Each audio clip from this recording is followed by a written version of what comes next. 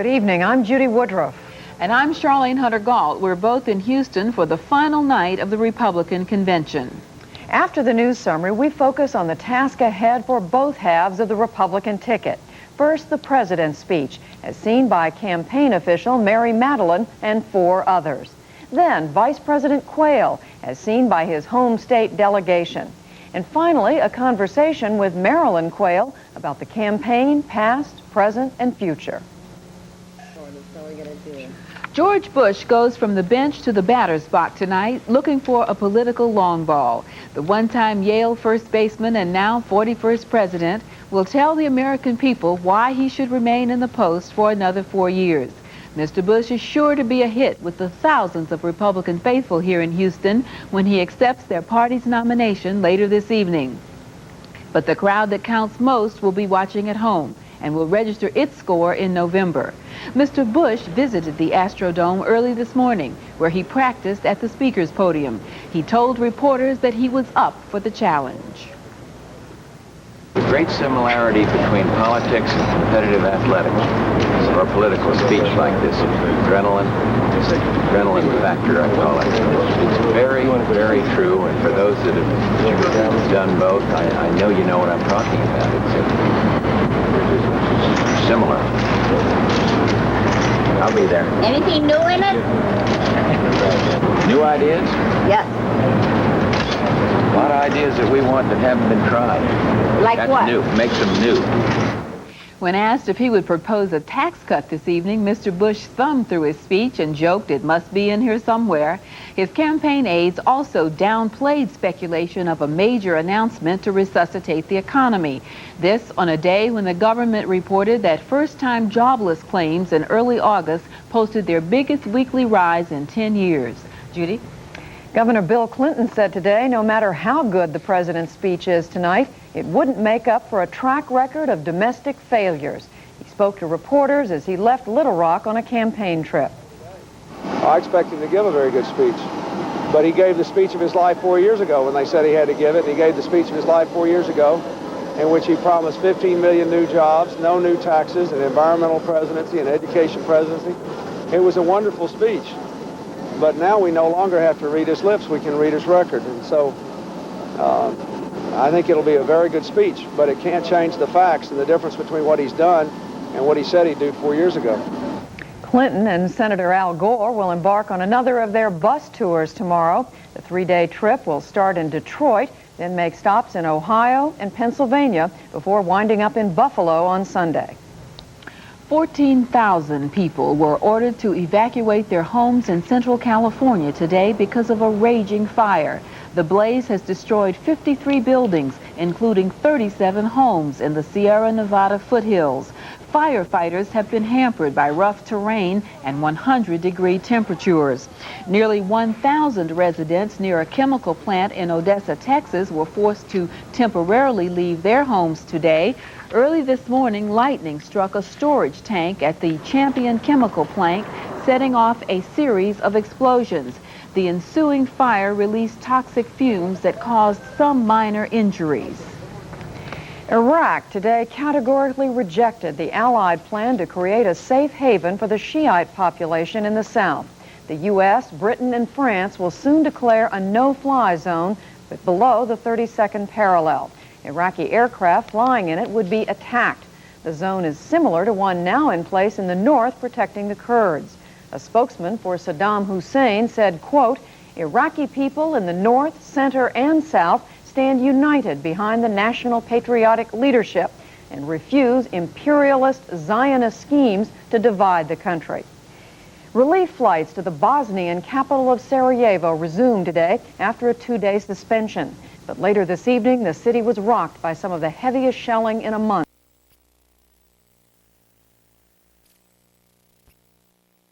Will soon declare a no-fly zone, but below the 32nd parallel. Iraqi air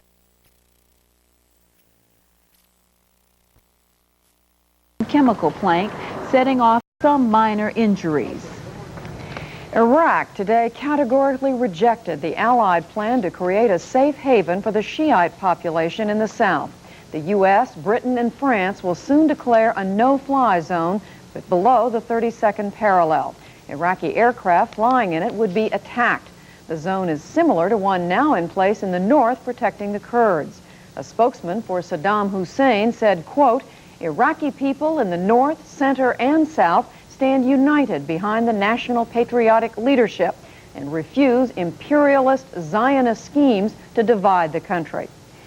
Relief flights to the Bosnian capital of Sarajevo resumed today after a 2-day suspension.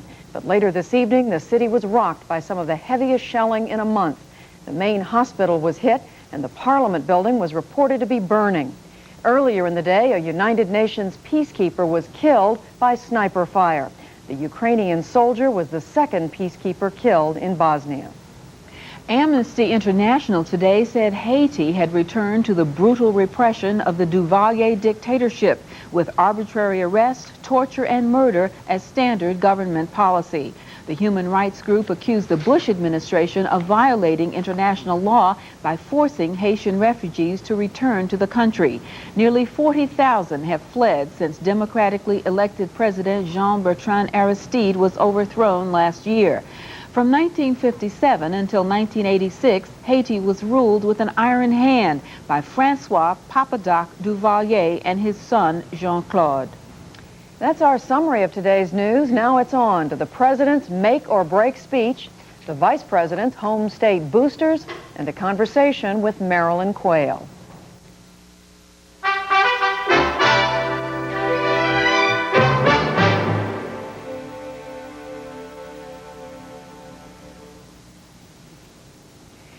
It's all but over here at the Republican National Convention in Houston, all but what GOP officials are calling the night of the Big Bang and hopefully the Big Bounce.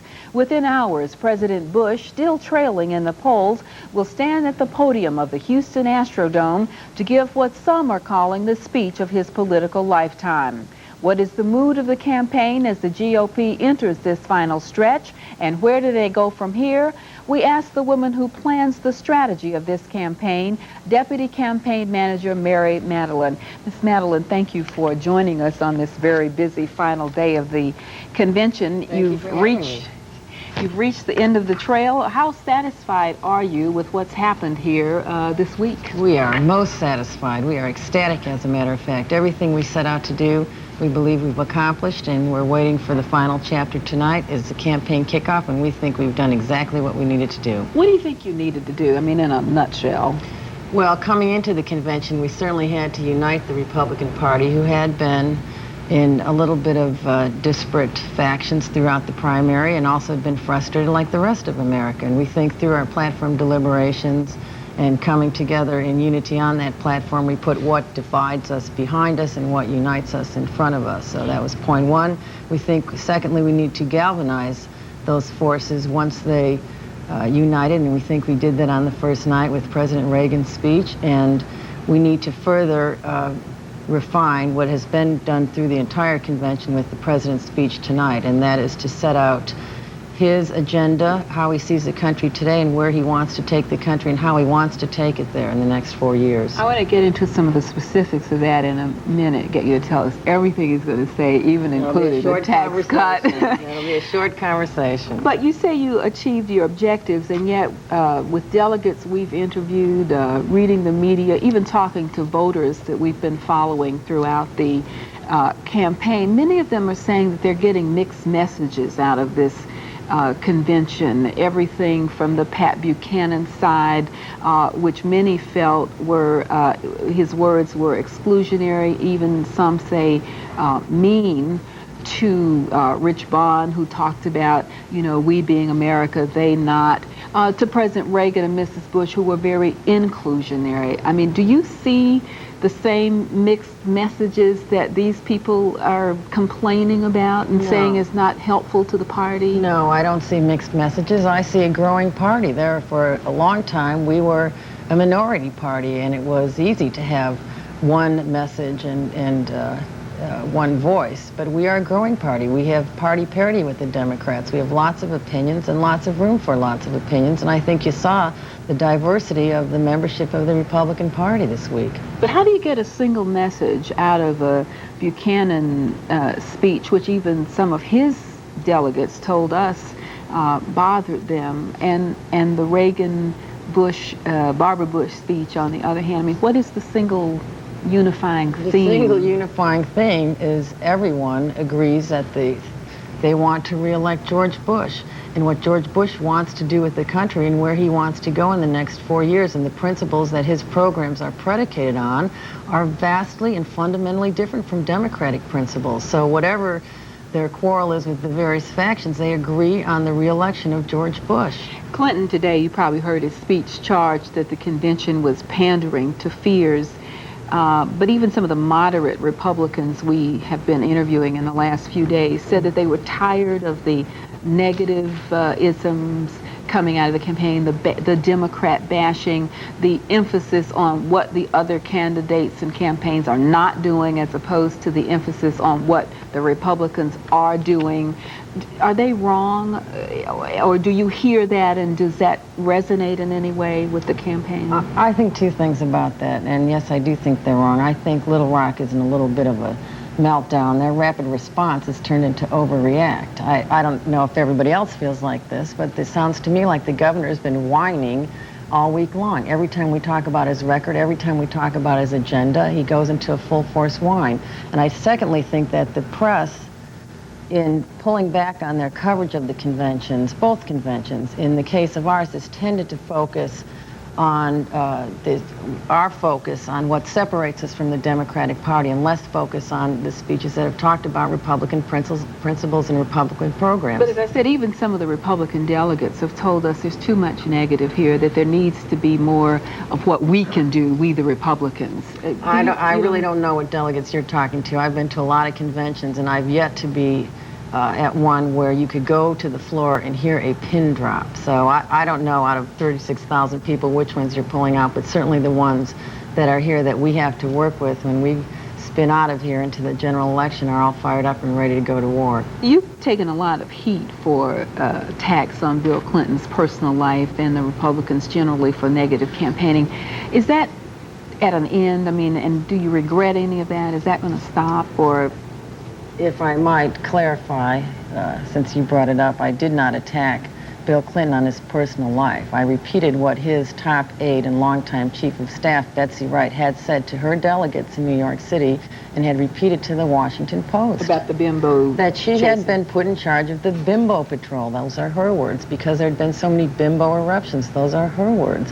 I really did have a judgment breakdown, because I did not ever expect that this having been reported twice in the Washington Post that it would have been reacted to the way that it was. So of course I regret that it distracted from this president's speech that day, which was a very good one. But no, I don't apologize for a nanosecond for defending this president who's been attacked every day, every single day. Have you heard Bill Clinton give one speech or make one comment that hasn't been negative about the president? And many of his campaign aides and named chairmen have disparaged the president in very personal terms. So let's everybody stop this.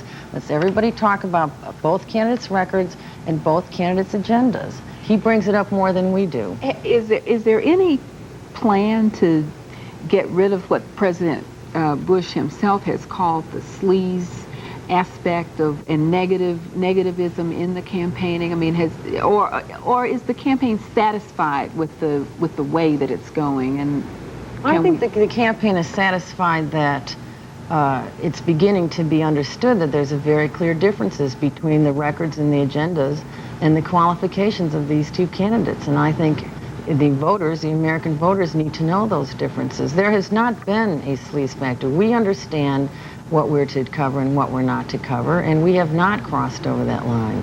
All right, let's turn to the speech tonight. Is this the speech of the president's life, and is it a make or break deal?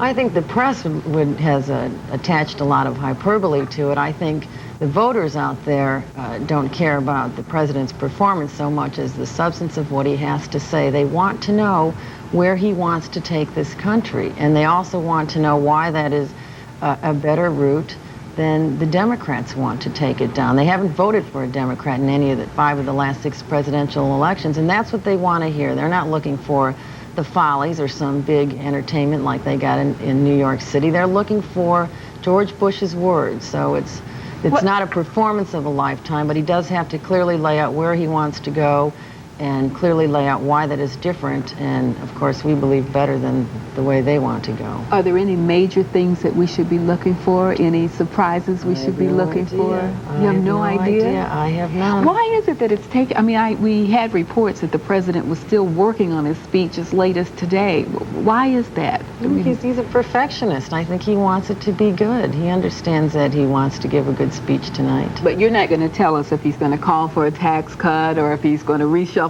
his cabinet or any new initiative? I'm not. If I knew, I wouldn't tell you. Okay, well, let's don't waste any more time on that.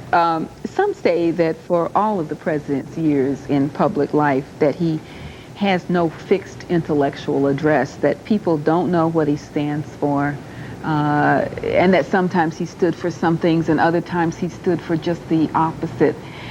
A, do you agree with that characterization, and is that, are we going to hear the address clearly tonight of what he stands for and who he is?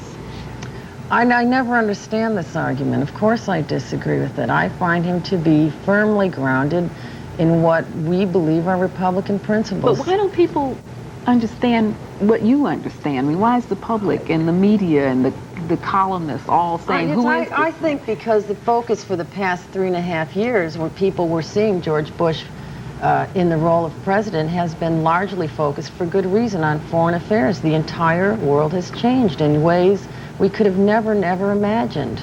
And 4 years ago, everyone wanted those problems solved. They wanted nuclear proliferation solved. They wanted containment of communists solved. Those large problems, humongous problems of our lifetimes have been solved, and the focus was on them. The focus was on the Berlin Wall falling. So we have seen a side of George Bush, and we have seen him solving problems in the arena where the problems were erupting, and we've seen him display extraordinary leadership and steady experience in the solving of those problems, and we also saw what he can do without his hands tied behind his back in the Democratic Congress. New York Times says he doesn't accept responsibility for his own actions, that he blames the Congress, he blames everybody else, and tonight he has to do some of that. You probably don't agree with that. I think the New York Times must be working for Little Rock.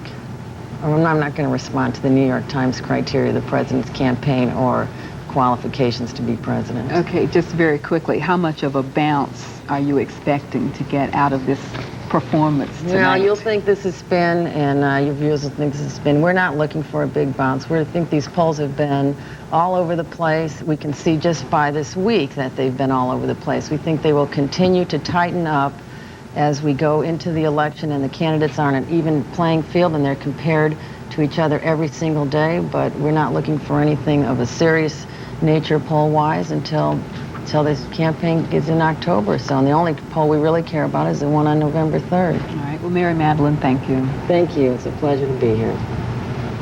Now we turn to a quartet of political strategists for their views on how the convention's going and what needs to happen tonight. Roger Stone is a senior advisor to the 1988 Bush Quayle campaign. Wendy Sherman is a Democratic consultant in Washington and was an advisor to the Dukakis campaign in 1988. Neil Newhouse is a Republican pollster, and Bob Beckel is a Democratic analyst who was the national campaign manager for Walter Mondale in 1984. Bob Beckel, you heard Mary Madeline say she is most satisfied with the way this convention's going. What do you think? That's what I expect her to say. She's very good at saying what's good for her candidate. I just looked at some poll data that confirms something I suspected, that they are going to get a better bounce out of it. That was a little bit of spin on Mary's part. But they've done that by driving Bill Clinton's positives down. They haven't increased George Bush's positives. By criticizing? By criticizing, yeah. I mean, the carpet bombing of Bill Clinton this week has taken a toll, and it should after these many nights. What they haven't succeeded in doing, which I think is their fundamental problem, is they have not made George Bush a candidate that is a positive force in a campaign going into the fall. They're going to get a bounce. The problem is it's very tough to sustain negative bounces. And right now, they've done half the job. They've taken on Bill Clinton, but they haven't made the case for George Bush. Roger Stone, would you agree with that assessment? Well, George Bush hasn't been on center stage yet. It's premature to make a judgment about how successful the convention has been. What surprises me is that there's been this much movement thus far without the central actor in this drama having a chance to state his case. The movement, again, being Bill Clinton's negatives. Going up, but more importantly, the gap between the two candidates closing to around 11 points. We were looking at almost a 30-point margin right after the Democratic convention. So that is a very significant movement without Bush yet having his say. Wendy Sherman in Washington, what do you think the Republicans have accomplished so far here? I think they've accomplished giving the people in this country a sense that they're about hatchet jobs, and actually they've put a lot of women forward as their hatchet women, which is a sort of an unusual role given that the Democrats put women forward in substantive roles about an agenda for the real family values, which is bread and butter on the kitchen table. I think that we've seen a very extremist Republican Party, and I know that they've tried to cast Bill Clinton as extremist and dangerous, but in fact, we had Pat Buchanan saying vitriolic things and other people coming into that chorus. And if George Bush is really going to change the cabinet, I wonder if we're going to see Jerry Falwell and Pat Robertson. I think there's a lot to be concerned about, and I agree with Bob. Only half the job has been done. Roger said the same thing, and the president's got a lot to do tonight. Neil Newhouse, an extremist Republican Party, is that what the American people have seen? Not hardly. If anything, they've seen a Republican Party that is made up of different pieces of a mosaic. This campaign, this convention is a process of putting those pieces together. No two groups may necessarily agree on all issues, but it's in any political party, you have divergent factions. What we've seen here is the same thing this week. We came into this convention 25 to 30 points down. If Roger's numbers are right and we end up being 11 points down, that's an incredible gain, an incredible boost. If we're within a handful of points on Labor Day or even October 1st, George Bush can win this election, and he can win it handily. And keep in mind, this is a man, the president, whose approval ratings before this were around 35%. And what this demonstrates, I think, is really the weakness and the softness in Bill Clinton's support. Bob Beckel, the weakness in Clinton's support? Well, first of all, Neil should come down here and look at this mosaic. It's all one color, Neil. I don't notice the mosaic at all, but nonetheless, I don't think the weakness on Bill Clinton, listen, if you do this sustained attack on Clinton, and by the way, his wife, look, what they've decided to do here is fairly simple. There are not enough votes to elect George Bush president in his own right in America. There will not be between now and November, first Tuesday in November. I don't say that as a partisan. The fact is the country has moved beyond George Bush. Whether they're willing to go to Bill Clinton or not is still the issue. The Republican strategy has got to be to take what about 41 or 42% of the people that will be for George Bush and get 8 or 9% to go into the polls to vote squarely against Bill Clinton. They did that a little bit in '88, but the job is bigger now. I don't think they can do that. The trends are moving away from George Bush. Change in the country is serious. People want that kind of movement.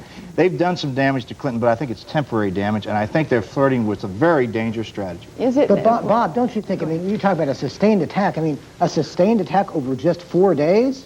I mean, come on, the guy loses 15 points in the polls with a 4-day attack? Neil, I don't know where you were the last 60 days, pal, but I'm starting with Mary Madeline and going on down. This attack has been unrelenting on Bill Clinton and on his wife, which I think, frankly, Marilyn Quayle and Pat Buchanan both must have the same speechwriters, but if you listen to those two speeches these last several nights, that's the most vicious I've seen. I've been to a lot of conventions. Roger Stone, how much can the Republicans help? Can they help themselves over the top with a largely negative campaign? Well, I think a confrontational and comparative campaign, yes. I mean, all this whining about negative campaign tactics is the same Bill Clinton who savaged and, in my view, smeared Paul Tsongas in the Florida primary on Israel, on Social Security. The same Hillary Clinton who questioned George Bush's marital fidelity in Vanity Fair magazine. I mean, these hands are not clean.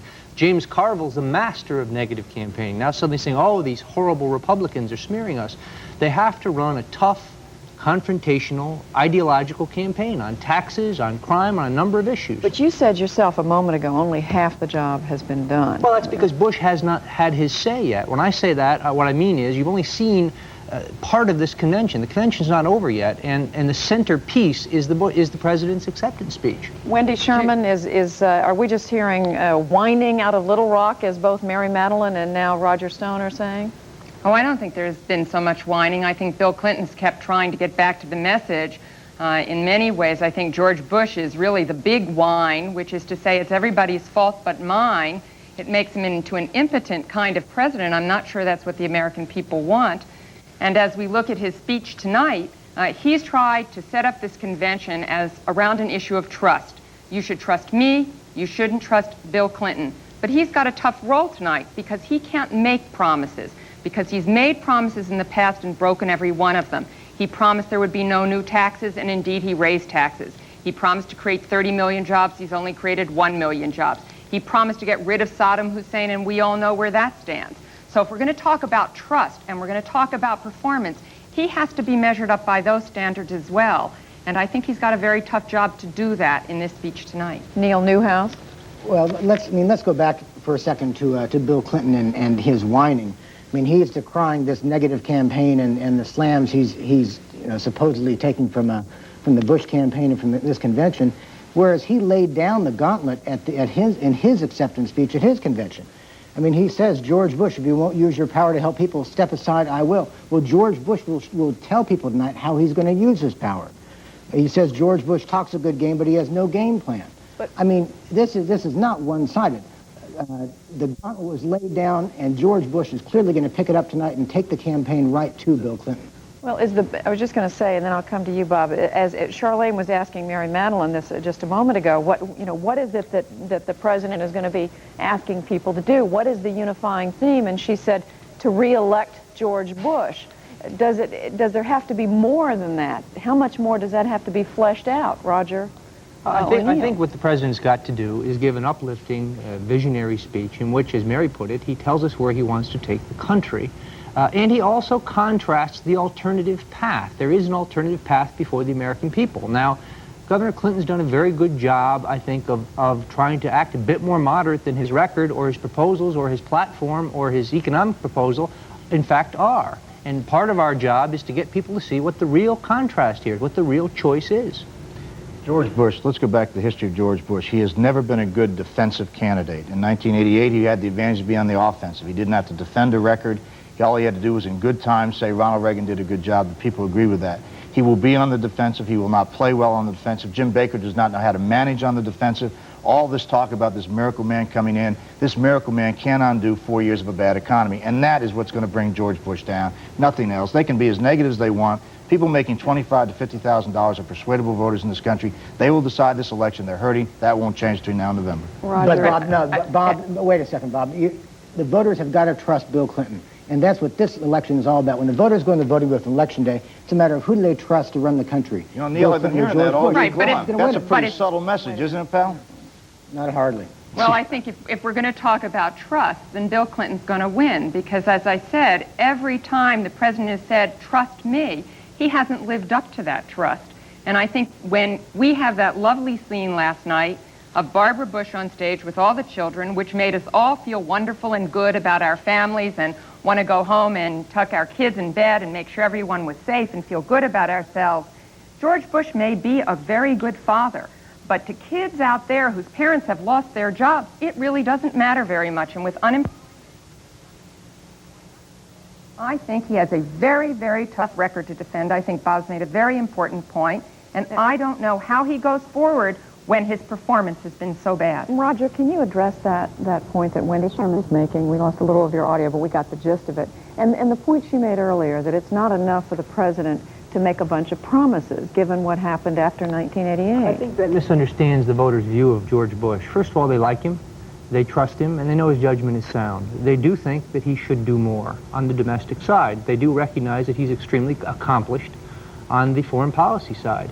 The president can persuade the country, use that trust to persuade the country that he will now focus on a domestic agenda with the same gravity, with the same force, with the same aggressiveness he has on the foreign policy side. And he can do it here in late August. I think he can do that because they know and they trust George Bush and they like him, but they don't think he's done quite enough. Here's an opportunity to convince them that he will. Wendy Sherman? I think it will be a very tough job to do, because the economy is not only not growing and not getting better, it is in fact getting worse, and we may have a third dip in this recession. I think that he's going to have to defend his past performance. I think that it is not enough to say, a la Truman, that it's Congress's fault. People are not happy with Congress, but that should not let the president off the hook. Neil, excuse me, I want to get back to Neil because we're running out of time. Neil Newhouse, how much of a bounce in the polls does the president need to get to fortify himself for the fall campaign? Can you quantify it? I don't think we ever dreamed we'd be 30 points down going into the convention, but If we're in low double digits, I think that's a comfortable margin for George Bush right now, considering that he has just got his campaign off the ground. And I think as time goes by... You mean double digits separating them? Is that what you're saying? Yes, exactly right. Double digits separating. I mean, a 10 to 15 point margin is certainly doable, and I think that if we're in that range, and George Bush, certainly we've got a tough campaign ahead of us, but that's easy striking distance for this campaign. You agree with that, Bob? No, first of all, I don't see where the 10 points are George Bush makes up. This will be, in my view, a close race. It will be decided by 2 or 3 debates. If Bill Clinton can do well in those debates, cross the threshold of credibility, that is to say people see him as a president, much like Ronald Reagan had to do in 1980, Clinton will win this race by 4 or 5 points. There just is not enough points for George Bush out there to get affirmatively to elect George Bush president again. But just in terms of coming out of this convention, do you accept the notion that as long as he narrows it to 10 to 15? No, it's going to be 8 or 9. It's not below double digits, but that 8 or 9 or a long 8 or 9 between there and getting even with Bill Clinton. He won't do it. Roger Stone. I think 8 or 9 nationally. Sorry, Wendy, we missed the first part of what you said. I said they're not just 8 or 9 nationally. He has to go out and win states. It's not going to be 8 or 9 points in California. It's not necessarily going to be 8 and 9 points in Michigan, in states that he has to win. So you have to not only look at the overall polling results, you have to look at where he's going to win the states that he's doing so miserably in because the economies are so bad. This race is going to be a horse race at the end. It's going to be very much like the Ford and Carter race. George Bush is going to make a lot of ground in the close. We've already seen states like Ohio and New Jersey closing to around 10 points. I think you're going to see a photo finish. But bottom line, is the Bush campaign going to get what it needs out of this convention? Yes, I think what this convention does is get us to about that 10, 11-point margin where victory is within grasp, and then they close by Election Day. I think the expectation level for Bush will be low.